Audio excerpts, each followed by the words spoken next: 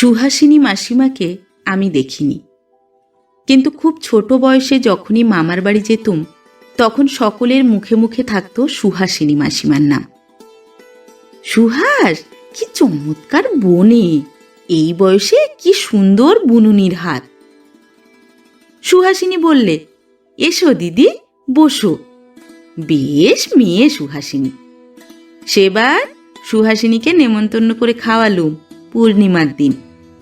সুহাসিনী ওসব অন্যায্য দেখতে পারে না, তাই জন্যে তো মায়ের সঙ্গে বনে না। সুহাসিনী গ্রামের সকলের যেন নয়নের মণি। সুহাসিনী মাসিমার সম্বন্ধে কথা বলবার সময় সবারই, অর্থাৎ আমার বুড়ি দিদিমার, গনু দিদিমার, মাসিমাদের, মায়ের, মামাদের গলার সুর বদলে যেত। চোখে কিরকম একটা আলাদা ভাব দেখা যেত। আর একটা কথা, রূপের কথা উঠলে সকলেই বলতো আগে সুহাসিনী মাসিমার কথা। অমন রূপ কারও হয় না, কেউ কখনো দেখেনি।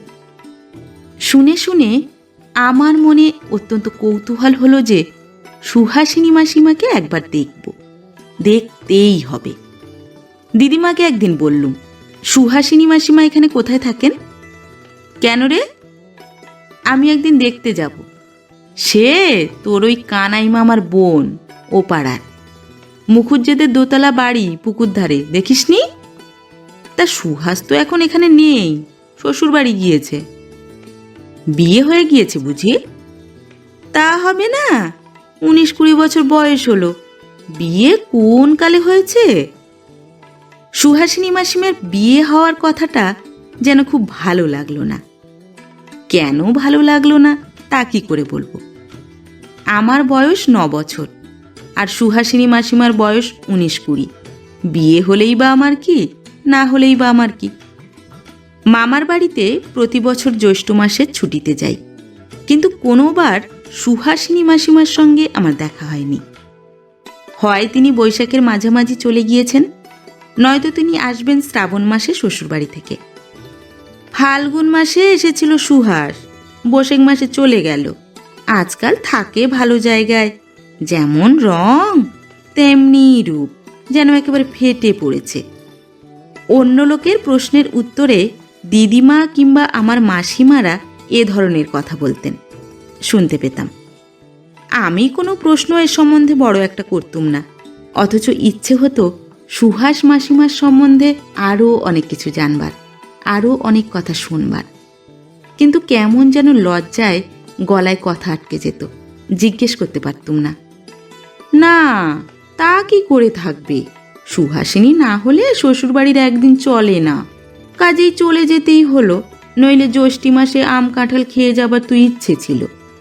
শাশুড়ি বলে, বৌমা এখানে না থাকলে যেন হাত পা আসে না, বৌমার মুখ সকালে উঠে না দেখলে কাজে মন বসাতে পারেনি, তাই ছেলে পাঠিয়ে নিয়ে গেল। একদিন কি হলো জানো?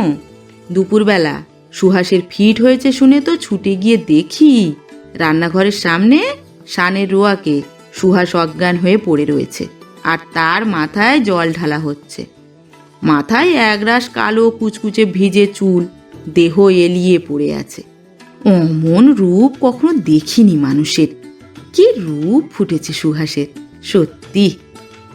সুহাস মাসিমার রূপের ও গুণের প্রশংসায় এই গ্রামের সবাই পঞ্চমুখ। তারা জীবনে যেন এমন মেয়ে আর দেখেনি। ওদের মুখে মুখে সুহাসিনী মাসিমাও আমার মনে অত্যন্ত বেড়েই চললেন, কল্পনায়, চোখের দেখায় নয়। অল্প বয়সে যখন মনের আকাশ একবার শূন্য, তখন লোকের মুখে শুনে শুনে ধীরে ধীরে একটি আদর্শ নারী মূর্তি আমার মনে গড়ে উঠেছিল।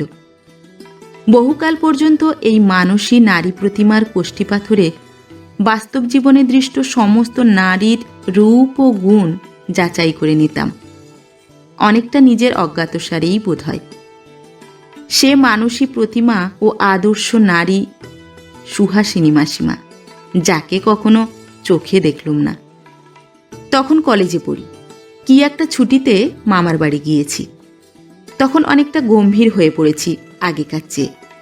এবং রান্নাঘরের কোণে বসে দিদিমা ও মাসিমাদের মুখে মেয়েলি গল্প শোনাচ্ছে চণ্ডীমণ্ডপে মেজদাদু ও মামাদের সঙ্গে জার্মান যুদ্ধের আলোচনা ও সে সম্বন্ধে নিজের সদ্য অধীত লজের মডার্ন ইউরোপের ঐতিহাসিক জ্ঞান সগর্বে প্রদর্শন করবার ঝোঁক তখন অনেক বেশি।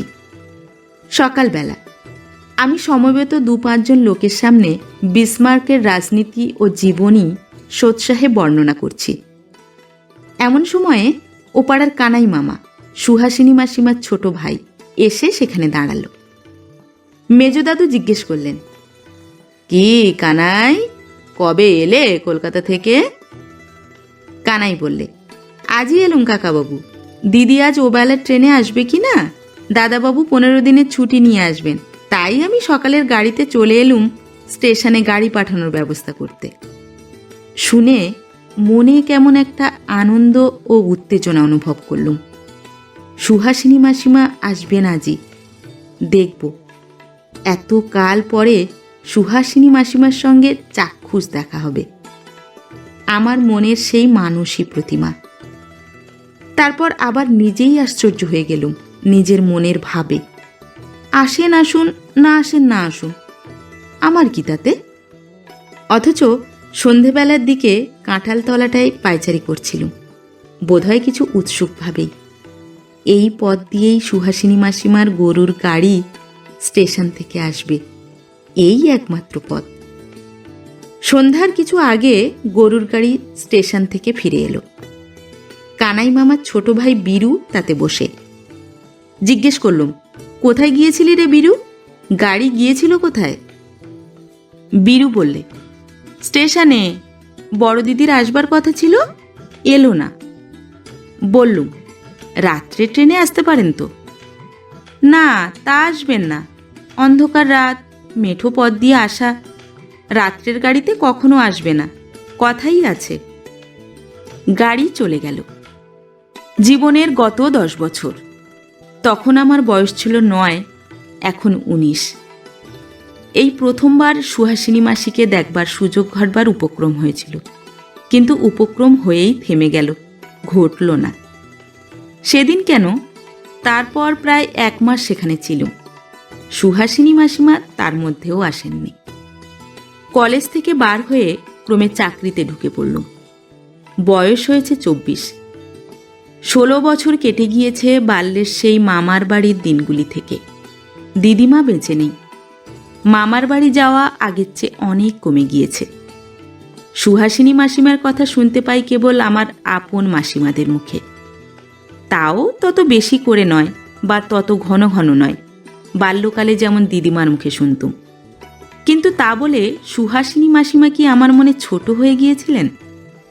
আশ্চর্যের বিষয়, তা মোটেই নয়। বাল্যের সে মানসী প্রতিমা তেমনই ছিল। তার রূপের কোথাও এতটুকু ম্লান হয়নি। বন্ধুবান্ধবের বিয়েতে নিমন্ত্রিত হয়ে গিয়ে কত নববধূকে সেই মানসী প্রতিমার কোষ্ঠীপাথরে যাচাই করতে গিয়ে তাদের প্রতি অবিচার করেছি। বয়স যখন 30-32, তখন কলকাতায় এসে থাকতে হলো কার্য উপলক্ষে।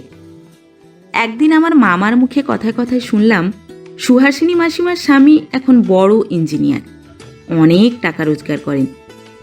বাগবাজারে নবীন বোসের লেনে সম্প্রতি বাসা করে আছেন। এমনকি মামা বললেন, যাবি একদিন? সুহাস দিদির সঙ্গে আমারও অনেকদিন দেখা হয়নি, তুই কখনো দেখেছিস কি?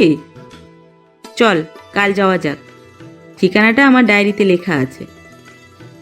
পরদিন আমার কি একটা গুরুতর কাজ ছিল, তাতেই যাওয়া হলো না। মামাও আর সে সম্বন্ধে কোনো কথা উত্থাপন করলেন না।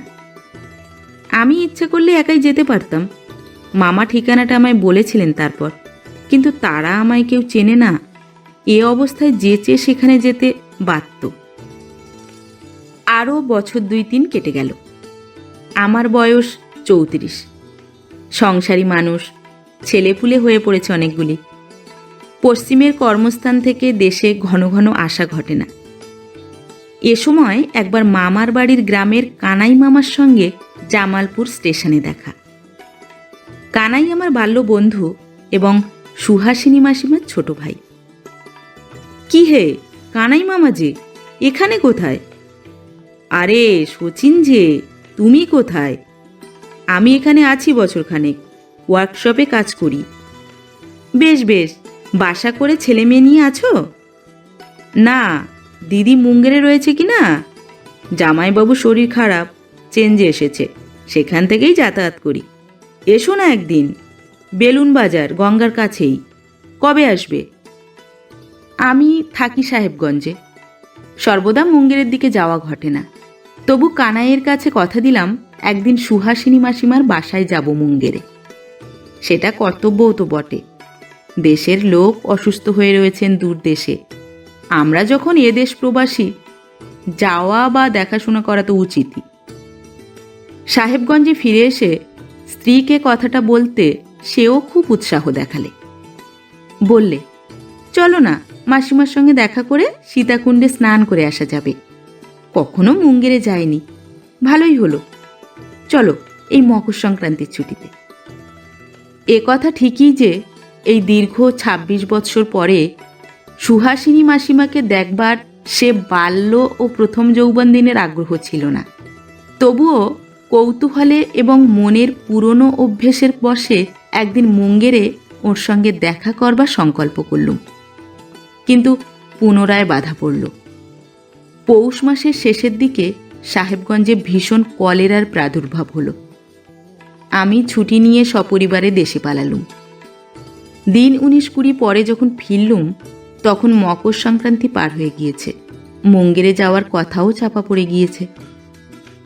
এর মাস ৪ পরে আবার কানাইয়ের সঙ্গে দেখা জামালপুরে। বললে, ওহে, তোমরা কই গেলে না?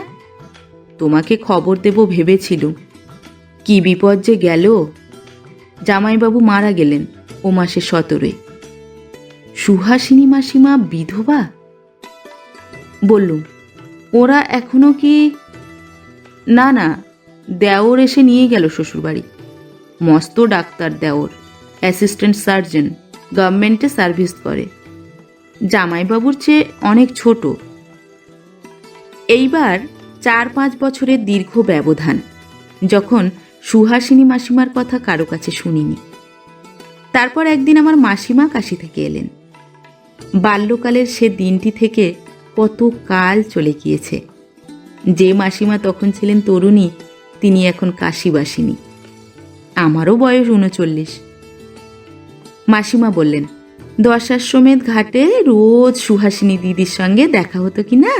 চমৎকার মেয়ে সুহাসিনী দিদি, ওর সঙ্গে মিশে সময় যে কোথা দিয়ে কেটে যেত। মস্ত বড় সাধুর কাছে দীক্ষা নিয়েছে, কি সুন্দর গীতার ব্যাখ্যা করে। ওর মুখে গীতা পাঠ শুনতে শুনতে রাত যে কত হচ্ছে তা ভুলেই যেতুম। আহা, কি মেয়ে সুহাসিনী দিদি!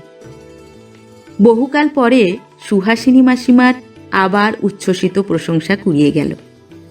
কপাল এক একজনের। আমার ঠোঁটের আগায় এ প্রশ্ন কতবার এলো, সুহাসিনী মাসিমা আজকাল দেখতে কেমন? বহুকাল তার রূপের প্রশংসা কারো মুখে শুনিনি। কিন্তু আমার মনের সেই বাল্যকালে গড়া মানসী রূপসী সমানই ছিলেন। বাল্যে তিনি ছিলেন শুধু রূপবতী, এখন রূপের সঙ্গে যোগ হলো আধ্যাত্মিকতা। সুহাসিনী মাসিমা একেবারে দেবী হয়ে উঠলেন আমার মনে। আর এটাও মনে রাখতে হবে, দেবীদের মধ্যে সবাই তরুণী, বৃদ্ধা দেবী কেউ নয়। পরের বছরই আমার চাকরির কাজে আমায় কাশী যেতে হলো ৩-৪ দিনের জন্যে। আমার বয়স ৪০। মাসিমা যে বাড়িটাতে থাকেন, সেখানে মামার বাড়ির গ্রামের আর একজন বৃদ্ধা থাকতেন। তার নাম তারকের মা। তিনি যাতে কৈবর্ত। তার ছেলে তারকের নৈহাটিতে বড় দোকান আছে। আমার উপর ভার পড়ল তারকের মায়ের কাছ থেকে মাসিমার একটা হাত বাক্স নিয়ে দেশে পাঠিয়ে দেওয়া। বেলা ১০টা। মন্দিরাদি দর্শন করার পরে দশাশ্বমেধ ঘাটে স্নান করতে নামছি। সঙ্গে আছে তারকের মা। তারকের মা স্নানার্থীদের ভিড়ের মধ্যে কাকে সম্বোধন করে বললেন, দিদি ঠাকুরনের আজ যে সকাল হয়ে গেল। যাকে উদ্দেশ্য করে বলা গেল, তিনি কি উত্তর দিলেন আমি ভালো করে শোনার আগেই তারকের মা আমার দিকে চেয়ে বললে, চিনতে পারলে না শচীন? আমাদের গাঁয়ের কানাইয়ের দিদি সুহাসিনী, চেনো না? বোধহয় একটু অন্যমনস্ক ছিলাম। কথাটা কানে যেতেই চমকে উঠে দেখি একজন মণ্ডিত মস্তক স্থূলকায়া বৃদ্ধা এক ঘটি জল হাতে সিক্ত বসনে উঠে চলে যাচ্ছেন। ফর্সা রং জ্বলে গেলে যেমন হয়, গায়ের রং তেমনি। মুখের চামড়া কুঁচকে গিয়েছে। নিতান্ত নির্বোধ নিরীহ পাড়াগাঁয়ের বুড়িদের মতো মুখের চোখের ভাব। সেই সুহাসিনী মাসিমা? আমি কি আশা করেছিলুম এই সুদীর্ঘ ৩০ বছর পরেও সুহাসিনী মাসিমাকে রূপসী যুবতী দেখতে পাব? তবে কেন যে ভীষণ আশ্চর্য হয়ে গেলুম, কেন যে মন হঠাৎ ভারাক্রান্ত হয়ে উঠল, কে জানে। বড় ক্লান্ত বোধ করলুম, ভীষণ ক্লান্ত ও নিরুৎসাহ। ভাবলুম কাশির কাজ তো মিটে গিয়েছে, মাসিমার বাক্সটা নিয়ে ওবেলার ট্রেনেই চলে যাব। থেকে মিছিমিছি সময় নষ্ট। নমস্কার।